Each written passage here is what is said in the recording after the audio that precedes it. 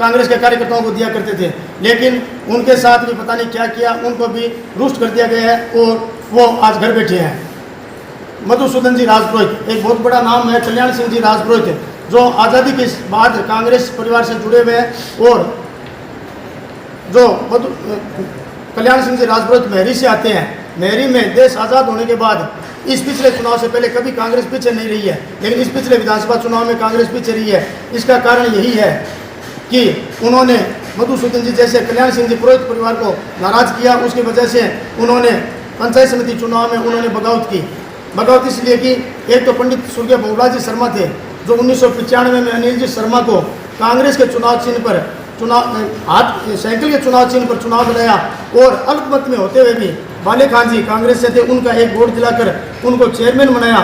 और आज स्थिति ये है कि जब अनिल जी शर्मा के हाथ में बागडोर आई है, पंडित स्वर्गीय बहुलाल जी शर्मा अस्वस्थ थे, उस समय बागडोर अनिल जी शर्मा के हाथ में थी पंचायत चुनाव की, तो उन्होंने अपने माताजी को भी चुनाव हरवा दिया और काका श्री को और माताजी को सामने सामने चुनाव लड़वा दिया। इससे बड़ा और विडंबना क्या होगी। साथ में उन्होंने बहुमत होते हुए, कांग्रेस का बहुमत होते हुए भी प्रधान खो दिया। प्रधान है वो कांग्रेस का नहीं बना पाए। इसी प्रकार राजगण जी चौधरी के पिताजी स्वर्गीय मोहनलाल जी चौधरी जो इस सरदार नगर पालिका के आज तक के इतिहास के सबसे अच्छे चेयरमैन रहे हैं। उनके समय में बहुत से विकास हुए हैं, बहुत से अच्छे कार्य हुए हैं इस नगर पालिका क्षेत्र सरदार शहर में। लेकिन जो पंडित श्री बहुलाल जी शर्मा का जो आदेश होता था, जो कहना होता था, वही मोहनलाल जी चौधरी का, स्वर्गीय मोहनलाल जी चौधरी का उनमें हाँ होती थी। आज वो परिवार जो 45 सालों से बहुलाल जी शर्मा के साथ था, कांग्रेस के साथ था, इस हवेली के साथ था, उस परिवार को भी आज दरकिनार कर दिया गया है और उन पर तरह तरह की टिप्पणियां की जाती है कि गद्दार है और है। लोकतंत्र के अंदर टिकट मांगना कोई गुनाह नहीं होता है, लेकिन ये होना चाहिए कि जिसको टिकट दी जाएगी मैं उसके साथ रहूंगा, उसके बाद कोई खिलाफत करता है तो उसको गद्दार कहा जाना उचित है, न कि टिकट जो मांगता है उस व्यक्ति को गद्दार कहा जाना उचित मैं कहीं नहीं मानता हूँ। लोकतंत्र के अंदर सबको अधिकार है, वो भारत का नागरिक होना चाहिए, उसकी उम्र 25 साल से ऊपर होनी चाहिए, दिवालिया घोषित नहीं होना चाहिए। वो व्यक्ति जो निर्वाचन आयोग जो गाइडलाइन घोषित करता है उसके तहत वो चुनाव लड़ सकता है, उसको अपन कैसे गद्दार कह सकते हैं। राजगण चौधरी जो आज से 2 वर्ष पहले जिन 2.5 वर्ष पहले अनिल जी शर्मा ने, हम 22 पार्षद उनके कहने में नहीं थे, मैं भाई राजेश पारिक को, हम सभी राजेश पारिक को चेयरमैन बनाना चाहते थे, लेकिन अनिल जी शर्मा ने इनमें कोई योग्यता देखी होगी या कोई खूबी देख के कहा होगा कि भाई इनका अनुभव है और है, इसके आधार पर अनिल राजगण जी चौधरी को चेयरमैन बनाया जाए। उनको देखते हुए चेयरमैन बनाया। और मुझे जहाँ तक विश्वास और सरदार शहर की जनता भी जानती है कि राजगण जी चौधरी ने 2 सालों में इतने अच्छे काम किए हैं जिसकी कोई, मैं सब काम जितने किए, एक ऐसे काम किए जो आने वाले समय में भी होने मुश्किल हो, जो पिछले कार्यकाल में कभी नगर पालिका क्षेत्र में हुए ने, इस प्रकार के राजगण चौधरी ने काम किए हैं। लेकिन राजगण जी चौधरी की प्रकार ये रही कि उनको चेयरमैन नहीं बनाया, उनके ऊपर 20 चेयरमैन और घोषित कर दिए। मैं नगर पालिका जाता हूँ, मैं खुद देखता हूँ कभी, मुझे पता है चेयरमैन अगर सिंगल राजगण जी चौधरी को बनाते हैं तो आज जो सरदार शहर नगर पालिका क्षेत्र की स्थिति है वो कभी नहीं होती। उनके ऊपर 20 चेयरमैन और थोप दिए गए हैं।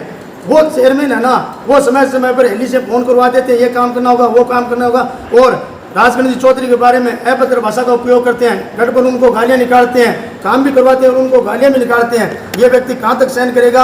आज 67 साल की उम्र का व्यक्ति है, हार्ट का पेशेंट है, उसके बावजूद वो आज भी ये कहता है अनिल शर्मा मेरा छोटा भाई है और मैं उसका बड़ा भाई हूँ, अनिल जी कभी मेरी खिलाफत नहीं कर सकते। लेकिन पता नहीं, ये समझ में नहीं आ रही ये स्थिति क्यों पैदा हो चुकी है। इसी प्रकार इन्होंने विश्वास जताकर विश्वराम जी डूडी को देहात अध्यक्ष बनाया, लेकिन वो भी आज इनके साथ नहीं है। मान खान जी चाइल, बाले खान जी चाइल, ये भी इनके साथ रहे, जिस भी पार्टी में गए हमेशा साथ रहे। मान खान जी चाइल हो या चाइल परिवार हो, स्वर्गीय लाल खान जी चाइल भी जो हमेशा पंडित श्री बहुलाल जी शर्मा के साथ रहे हैं। अगर इन्होंने कहा कि हाथी पर वोट देना तो हाथी पर वोट दे दिया, कांग्रेस को देना तो कांग्रेस पर वोट दे दिया, या अन्य चुनाव चिन्ह पर पंडित जी जो चुनाव रहे हैं उनके साथ भी मान खान जी चाइल, स्वर्गीय लाल खान जी चाइल और बाले खान जी चाइल रहे हैं। आज वो परिवार भी इनसे नाराज है। संजय जी दीक्षित जो सेवादल के जिलाध्यक्ष हैं वो भी आज इनसे नाराज चल रहे हैं। दलित नेता सुरणजीत चिरानिया जिनकी धर्मपत्नी कांग्रेस के मनोनीत पार्षद है, उन्होंने अभी 2 दिन पहले इस्तीफा दिया है, वो भी नाराज चल रहे हैं। कांग्रेस के सभी जिला परिषद सदस्य जो जीत के हैं इस बार वो भी नाराज चल रहे हैं। इनके काका श्री अनिल जी शर्मा के काका श्री श्यामलाल जी शर्मा जो इनसे नाराज़ है, ये अपने काका श्री को, अपने परिवार को ही नहीं मना पाए, तो मुझे ये लगता है कि अनिल जी शर्मा ये नहीं चाहते हैं कि कार्यकर्ता अगर उठे तो रूठे। जब ये अपने काका श्री को नहीं मना सकते, अपने परिवार में नहीं मना सकते हैं, तो दूसरे कार्यकर्ता जो इनके लिए दरिया बिछाते हैं, मेहनत करते हैं, नारे लगाते हैं, वो इनसे क्या उम्मीद करेंगे कि ये अपन को मनाने के लिए आएंगे या किसकी गलती है किसकी नहीं है।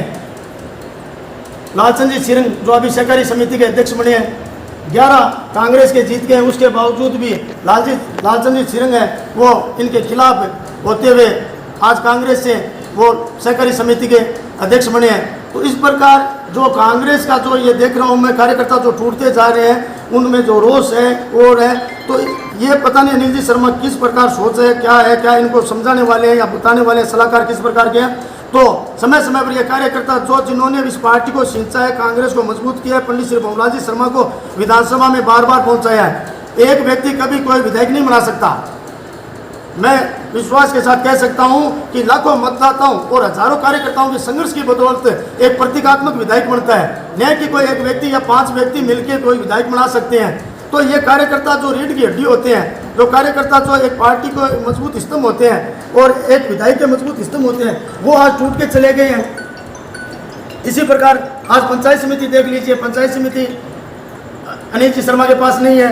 नगर पालिका का क्या है, नगर पालिका में जो चल रहा है वो आप खुद देख रहे हो। सरदार शहर नगर पालिका क्षेत्र क्या हाल होती है, जनता बहुत परेशान है। क्रय विक्रय सहकारी समिति इनकी चली गई है। अब अनिल जी शर्मा है जो कार्यकर्ताओं के फोन भी नहीं उठाते हैं, रिसीव नहीं करते हैं।